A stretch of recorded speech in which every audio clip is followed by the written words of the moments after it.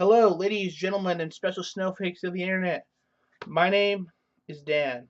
Now, I want to talk about a recent disturbing trend I've noticed with the rise of proponents for communism among 18 to 35-year-olds. Now, I know you're thinking, oh, you're just afraid of communism. You're like McCarthy. It's like the Cold War. I'm like, no, it's not that. I have legitimate reasons to be concerned about it. Now, these people, when you talk to them, seem to be under the impression that by embracing communism, they can get rid of all the social inequalities that plague us from Western capitalism. Like somehow all that, making money and getting goods and supply and demand are evil. And they usually say that while holding their iPhone, talking over an internet provided by a company that was developed through capitalism. Now, when you bring up this, hypocrisy, and you also bring up the fact that all communist states almost inevitably fall into totalitarianism, and either they fall due to civil unrest, or they end up phasing out communism in favor of capitalism, like China. And when they hear this, they're like, they do the whole "no true Scotsman" fallacy. They're like, well, they weren't doing true Marxism, which translated is, I think I can do it better, and it would work so much better with me, and I would treat everyone equally, blah, blah, blah, blah, blah. This reminds me actually of a quite interesting episode of the original Star Trek series. Now, the episode was called Patterns of Force, and in the episode, the Enterprise is coming into the star system with two pre-warp worlds. You have Ekos and Xeon. Now, Xeon is a fairly peaceful civilization that has developed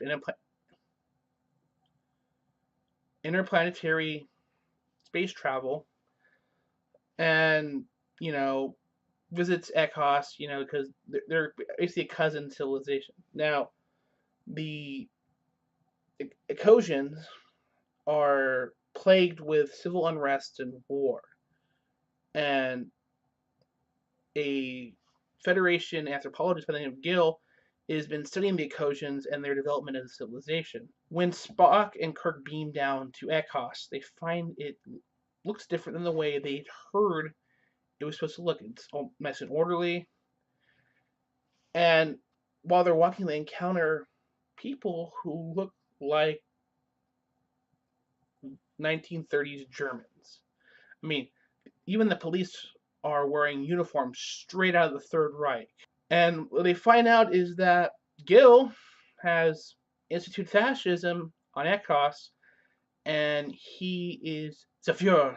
And they eventually get to talk to Gill, and they find out that he actually thought that by instituting fascism, he could help the Ecosians recover from their civil unrest and war and unify them under, a central government, because it helped Germany recover following the collapse of the Weimar Republic. Now, Gill thought because he had the gift of hindsight, he could help avoid all the dark sides that the Nazis fell into.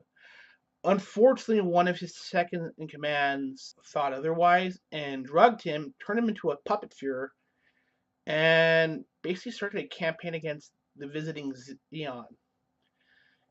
Turning them into a scapegoat, much the way the Germans turned their Jewish population into one during Hitler's reign. Gene Roddenberry, I noticed, was really good about weaving in social commentary like this, and it was quite interesting that he kind of predicted this ahead of time, but instead of it being about the rise of and popularity of communism, it's about fascism. And that's what actually a really good science fiction writer does. They interweave social commentary through a science fiction analog, and it did a really good job at kind of warning us against the future. Like 1984 warned us against the problem of over surveillance of a people.